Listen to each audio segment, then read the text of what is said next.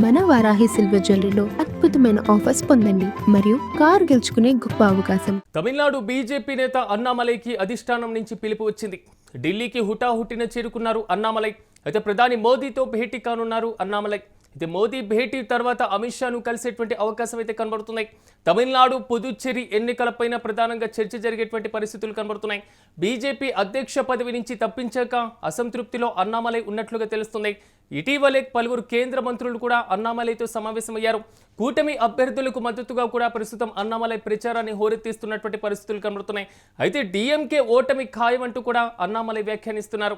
DMK ఓటమి కోయంబత్తూరు నుంచి మొదలై చెన్నై చేపాకం వరకు కొనసాగుతుందంటూ కూడా అని చెప్పినటువంటి పరిస్థితులు.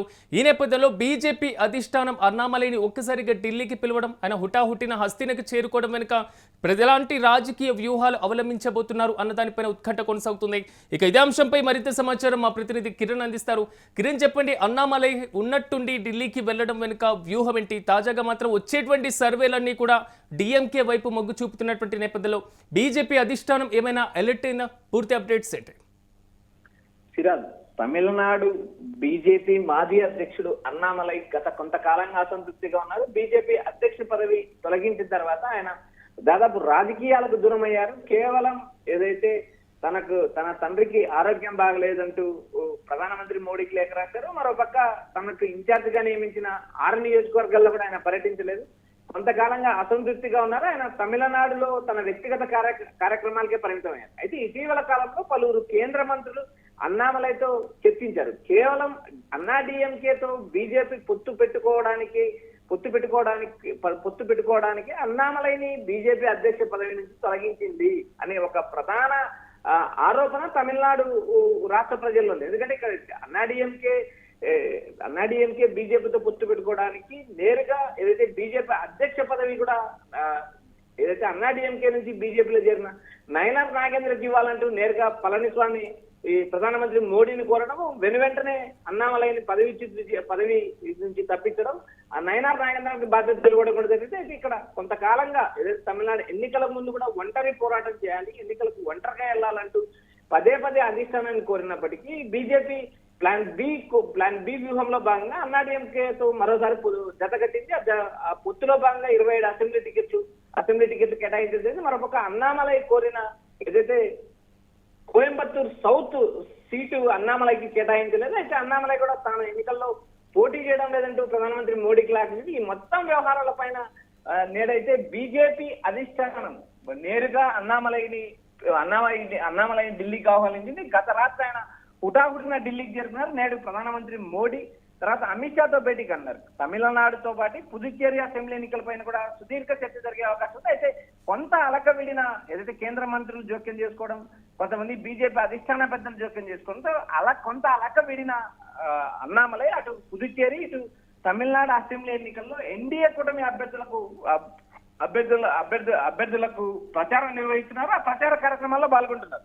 పుదుచ్చేరి తమిళనాడులో ప్రచార కార్యక్రమాల్లో పాల్గొన్నప్పటికీ ఆయన కేంద్ర అధిష్టానము కేంద్ర పెద్దలు ఆయన్ను పట్టించుకోలేదని అసంతృప్తితో ఉన్నారా అనే అంశాన్ని బీజేపీ కేంద్ర మంత్రులు ప్రధానమంత్రి మోడీకి తెలియజేయడం, మోడీ వెనువెంటనే ఢిల్లీకి పిలిపించడం జరిగితే మరికొద్దిసేపట్లో అన్నామలై ప్రధానమంత్రి మోడీతో సమావేశం కాదు. తమిళనాడుతో పాటు పుదుచ్చేరి అసెంబ్లీ ఎన్నికలు, ఆ రాష్ట్ర గెలుపు విజయావకాశాలు ఏదైతే అన్నామలై రాష్ట్రానికి సంబంధించిన ఒక రిపోర్ట్ సమర్పిస్తారంటూ బీజేపీ నేతలు చెప్తున్నారు. అయితే చూడాలి, అన్నామలై మరికొద్దిసేపట్లో బీజేపీ జాతీయ అధ్యక్షుడు నితిన్ నబీ, ప్రధానమంత్రి మోడీ అమిత్ షాతో భేటీ అవుతారంటూ ఢిల్లీ నుంచి మనకు సమాచారం అనిపిస్తుంది. ఎస్ కిరణ్, కొంతవరకు అంటే మీరు అన్నట్లుగా ప్రెసిడెంట్ ఎన్నికలు ఉన్నటువంటి సిస్టమ్, ఈ మొత్తం దీనికి సంబంధించినటువంటి రిపోర్టు అధిష్టానానికి సమర్పించిన సో అన్నామలై మాత్రం పోటీకి నిరాకరించినటువంటి నేపథ్యంలో సో భవిష్యత్తు రాజకీయ అవకాశాలపైన బీజేపీ అధిష్టానం నుంచి ఏమైనా హామీ వచ్చేటువంటి అవకాశం ఉంటుందా ఈ రోజు జరిగే భేటీలో?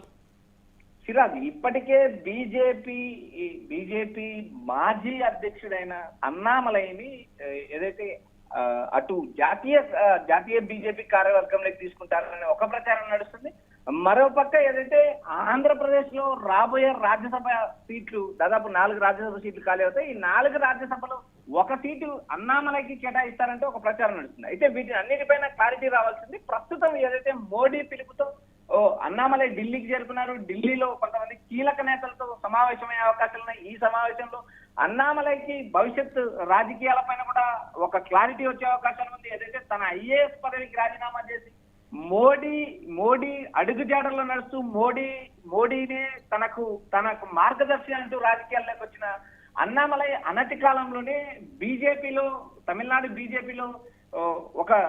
బీజేపీలో ఒక నూతన అధ్యాయాన్ని సృష్టించారు. ఏదైతే ద్రవిడ పార్టీలు బీజేపీని చాలా దూరం పెట్టాయి. అలాంటి రాష్ట్రంలో తన వాక్చాతుర్యంతో తన ప్రతిభతో యువతను ఆకట్టుకున్న ఘనత కూడా అన్నామలైకి ఉంది. అన్నామలైని చూసి ఓటేస్తామన్న యువత కూడా చాలా మంది ఉన్నారు. ఇలాంటి పరిస్థితులు ఏదైతే కొంతకాలంగా అసంతృప్తిగా ఉన్న అన్నామలైని బీజేపీ అధిష్టానం సరిగా ఉపయోగించుకోలేదనే విమర్శలు ఉన్నాయి. మరోపక్క తమిళనాడులో బీజేపీ కేటాయించిన 27 అసెంబ్లీ స్థానాలతో పాటు ఎన్డీఏ కూటమి అభ్యర్థులు పోటీ చేస్తున్న అన్ని స్థానాల్లో కూడా తాను ప్రచారం చేస్తానంటూ కేంద్ర మంత్రి ఎన్నికల ఇన్ఛార్జ్ తమిళనాడు ఎన్నికల ఇన్ఛార్జ్ పీయూష్ గోయల్ కూడా ఇప్పటికే హామీ ఇచ్చారు. ఈ అన్ని పరిణామాల్లో భాగంగా ఏదైతే అటు అమిత్ షాతోనూ ఇటు మోడీతోనూ నితిన్ నబీతోనూ తమిళనాడు రాజకీయాల్లో బీజేపీ ఎన్డీఏ కూటమి విజయం పైన కూడా ఆయన సమాచారం ఇచ్చే అవకాశాలు ఉన్నాయి. వాటిపైన చర్చ జరిగే అవకాశం ఉంది. అయితే ఈ నేడు ఏ సమయంలో బీజేపీ అధిష్టానం పిలుస్తుందో తెలియదు కానీ ప్రస్తుతానికైతే ఆయన హుట్టా రాత్రి ఢిల్లీ చేరుకున్నారు. బీజేపీ కీలకంగా ఈ మీటింగ్ జరగబోతుందని ఒక సమాచారం. కొంతవరకు అంటే ఒక చిన్న డౌట్ ఏంటంటే ఎలాగో వాళ్ళు విపక్షంలో ఉన్నారు కాబట్టి విమర్శలు చేయడం సహజంగానే కనబడుతుంటుంది. కానీ కోయంబత్తూరు నుంచి చెన్నై చేపాకం వరకు అంతా బీజేపీ గెలుస్తుంది, ఎన్డీఏ గెలుస్తుంది అనేటువంటి కామెంట్స్ అన్నామలై దగ్గర నుంచి వచ్చినాయి. కానీ సర్వేలు మాత్రం డిఫరెంట్ గా కనబడుతున్నాయి. దీన్ని ఎలా చూడొచ్చు అంటారు? అధిష్టానం ఏమైనా పరిగణలోకి తీసుకునే అవకాశం ఉండొచ్చా?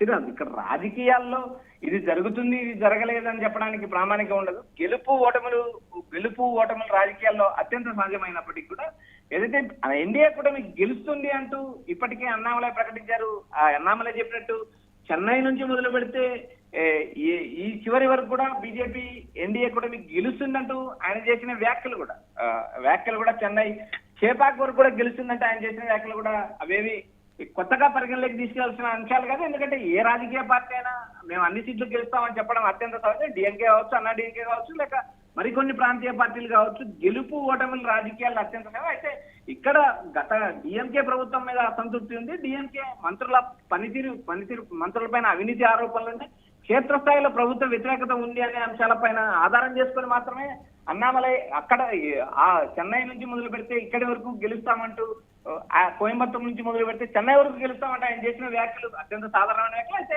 అసంతృప్తితో ఉన్న అన్నామలైని బీజేపీ అధిష్టానం బుజ్జగిస్తుందా లేక మరొక పదవి ఆఫర్ చేస్తుందా, నేరుగా ప్రధానమంత్రి మోడీనే అన్నామలై భవిష్యత్తు హామీ ఇస్తారా అనేది కూడా నేడు చర్చ జరిగే అవకాశం ఉంది. ఢిల్లీ వర్గాలు కూడా అదే వ్యాఖ్యానిస్తున్నాయి. Sriraj. Right Kiran, thank you. Tamil Nadu BJP నేత అన్నామలైకి అధిష్టానం నుంచి పిలుపొచ్చింది. ఢిల్లీకి హుటాహుటిన చేరుకున్నారు అన్నామలై. ప్రధాని మోదీతో భేటీ కానున్నారు ఈ నేపథ్యంలో. అయితే మోదీ భేటీ తర్వాత అమిత్ షాతోనూ సమావేశమయ్యేటువంటి అవకాశాలు అయితే కనబడుతున్నాయి. తమిళనాడు పుదుచ్చేరి ఎన్నికలపైనే చర్చ ప్రధానంగా ఉండేటువంటి అవకాశం. సో బీజేపీ అధ్యక్ష పదవి నుంచి తప్పించాక అసంతృప్తిలో అన్నామలై ఉన్నట్లుగా తెలుస్తున్నాయి. సో ఇటీవలే పలువురు కేంద్ర మంత్రులతో కూడా ఆయన సమావేశం నిర్వహించారు. తాజా పరిస్థితులపైన చర్చించారు. తనలో ఉన్నటువంటి అసంతృప్తి పైన కూడా కొంతవరకు చర్చ జరిగినట్లుగా సమాచారం. అయితే కూటమి అభ్యర్థులకు మద్దతుగా తాజాగా ఆయన ప్రచారం చేస్తున్నారు. సో పూర్తి స్థాయిలో మాత్రం బీజేపీ గెలుస్తుంది, ఎన్డీఏ కూటమి గెలుస్తుంది అంటూ కూడా ఆయన ధీమా వ్యక్తం చేస్తున్నటువంటి పరిస్థితులు. డిఎంకే ఓటమి ఖాయం అంటూ కూడా ఆయన కామెంట్ చేసినటువంటి పరిస్థితి మనం చూసాం. సో డిఎంకే ఓటమి కోయంబత్తూరు నుంచి మొదలై సో చెన్నై చేపాకం వరకు కొనసాగుతుందంటూ కూడా ఆయన వ్యాఖ్యానించినటువంటి పరిస్థితులు మనం చూసాం. ఓవైపు ఎన్నికల ప్రచారంలో హోరెత్తుతున్నటువంటి నేపథ్యంలో సో మరోవైపు హస్తినకు వెళ్లడం, బీజేపీ అధిష్టానంతో ఈరోజు భేటీ జరగబోతుంది. ప్రధానమంత్రి మోదీతో భేటీ కానున్నారు. పలువురు కేంద్ర మంత్రులతో కూడా భేటీ అయ్యేటువంటి అవకాశం కనబడుతుంది. ఈ నేపథ్యంలో బీజేపీ అధిష్టానం నుంచి అన్నామలైకు ఎలాంటి హామీ లభించబోతుంది, మరి ముఖ్యంగా తాజా ఎన్నికలపైన బీజేపీ అధిష్టానానికి ఎలాంటి నివేదికను అందించబోతున్నారు అన్న దానిపైన మాత్రం ఉత్కంఠ కొనసాగుతుంది.